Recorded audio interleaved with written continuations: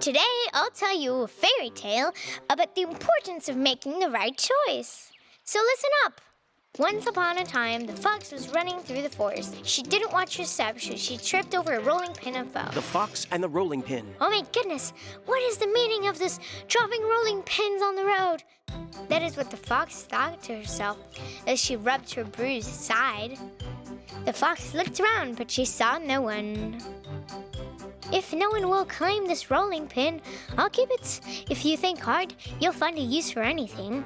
I used to be an ordinary fox. Now I'll be the fox with the rolling pin. Hee hee! The sly fox sneered, whisked her tail, and went straight to the nearby village. And in that village, the cat and the rooster lived in the very last house on the road. Inside the house, a cat was jumping, and the rooster was sitting on the window, singing a song. When the fox heard the rooster's crooning, she felt really hungry. So she went over to the window and said, "Oh, what a pretty voice you have. What talent. I recognized it right away. Such pretty feathers, and you have the beak of an eagle." When the rooster heard that the fox said, he was so fluttered by her praise, he could barely even breathe. He felt lightheaded and very happy. The cat stopped jumping rope, put the rope away, and then looked at the window and said, "Go away, sly fox, while you still can. We know what you can do." So the fox decided to deceive him. "Oh, dear me, where shall I go now? I used to have a house all icy and sparkly, but when spring came, my house melted away. Can you let me stay with you just for one night?" No, there's barely enough room for us in here," said the cat to the fox. But the fox kept insisting. "I'll sleep on the bench and tuck my tail under it. I'll put my rolling pin under the oven." "Well, if you put your rolling pin under the oven, then fine, you can stay over." The sly fox waited until the cat and the rooster were asleep and carefully got up from the bench. She got the rolling pin from under the oven and hid it in a different secret place. And in the morning, the fox started screaming, "Oh, you stole my favorite rolling pin! What will I do without it? Say what you want, but you have to give me a rooster in exchange for my rolling pin." The cat furrowed his brow. "No, fox, I can't give you my rooster. If you want, you can have my jump rope." "Fine, I'll take this jump rope," the fox said. It used to be a fox with the rolling pin, now it'll be the fox with the jump rope. That's what she said, but this is what she thought. "Just you wait, kitty cat. I'll get that rooster. You'll see." Anyway, the fox spent all day playing and jumping rope, and by nightfall she was exhausted. Again, she asked to spend the night at their house. "Let me in. I won't take up much space. I'll sleep on the bench and tuck my tail under it, and I'll put my jump rope under the oven." They had no choice but to let her in. At night, the fox put the jump rope from under the oven and hid it in a different secret place. And in the morning, the fox started screaming again. "Oh, you stole my favorite jump rope! What will I do without it?" "Say what you want, cat, but you have to give me your rooster in exchange for my jump rope." The cat sighed and told the fox, "Fine, we'll do as you say. But please wait outside while I say goodbye to my rooster." "I'll say goodbye, then I'll put my rooster in a sack, and you can do whatever you want with him," the cat said, tearing up. The fox went outside and said, "This is so unnecessary. Why do they have to be so melodramatic anyway? Why is it taking so long?" The fox looked at the window and saw a sack in the windowsill, and something was moving inside. So the fox grabbed the sack and started running away with it. She ran into the forest, caught her breath, and sighed. "Well, Rooster dear, the time has come for you to sing your swan song, and then I will eat you." The fox untied the sack, and it turned out the cat was in it instead.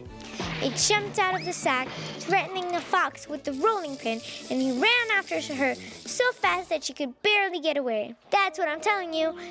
You get what you get, and don't be upset, or you might end up losing a rolling pin that could come in very handy and get a cat in a sack instead.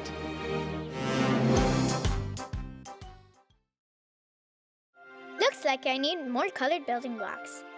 What's this? Can you call this a tower? If you plan on doing something, do it so it will stand the test of time. 'Cause you never know what can happen. Like this story. Once upon a time, The Fox and the Rabbit. there were the fox and the rabbit. The fox had a pretty house, all icy and sparkly. The rabbit's house was made of bark. Of course, when spring came to the forest, the fox's house melted away immediately. Only a puddle was left. The fox, all wet, came to the rabbit's house and told him, "Rabbit, would you be a dear and please let me stay in your home?" And the rabbit was very kind. "Of course, my dear fox, you're more than welcome. Please come in and feel at home. Just be careful and don't make my floor dirty." So the fox stayed at the rabbit's house and dried off. She looked very foxy with her tail all bushy. She looked in the mirror admiring herself. Then the gray rabbit started to get on her nerves. His ears were way too long, his eyes were too crossed, and his tail was so tiny it was laughable. So the fox decided to throw the rabbit out. "Get out of here while you still can, or I will get angry and I will get hungry and I will eat you up. Go now and don't ever come near here or you'll regret it." The rabbit was walking down the road crying when he met the dog. "Hey, cross-eyed, why you crying?" "Well, dog, you see, I had a house made of bark and the fox's house was all icy and sparkly. When the spring came, the fox's house melted away, and I let her stay at my house, and she threw me out. Don't you worry, long ears. I'm going to help you. Let's go, short tail. You and I will deal with that fox in no time." When they got there, the dog started barking, but the fox didn't get scared. The fox was lying there, all calm and relaxed. Suddenly, she screamed out, "Hey, you! How dare you come barking in here? I will jump, I will pounce, I will get you. Nothing will be left of you, just scraps of fur." The dog started shaking with fear with his tail between his legs and ready to run away. The fox looked out the window and said, "Don't be afraid, come back inside. This house is big enough for two. And you, cross-eyed, get out of here. How dare you spread nasty rumors about me, you tattletale?" The rabbit was walking down the road crying and met the wolf. "Hey, rabbit, I want to eat you. Wolf dear, please don't eat me and I'll sing you a pretty song." And he sang, "Hey, old woman, hey, old man, run as fast as you can, catch a gingerbread man." No, I don't think that's the right song. Oh, like this. And the rabbit tells him, "I had a house made of bark, and the fox's house was all icy and sparkly. When the spring came, the fox's house melted away. I let her stay at my house, and she threw me out." "Okay, I'll help you out," the wolf told him. "I'll sort it out. Let's go get her."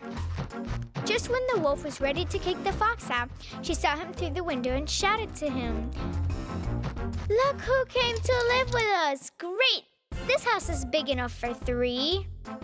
Why did you have to drag this terrible rabbit with you? Kick him out of here."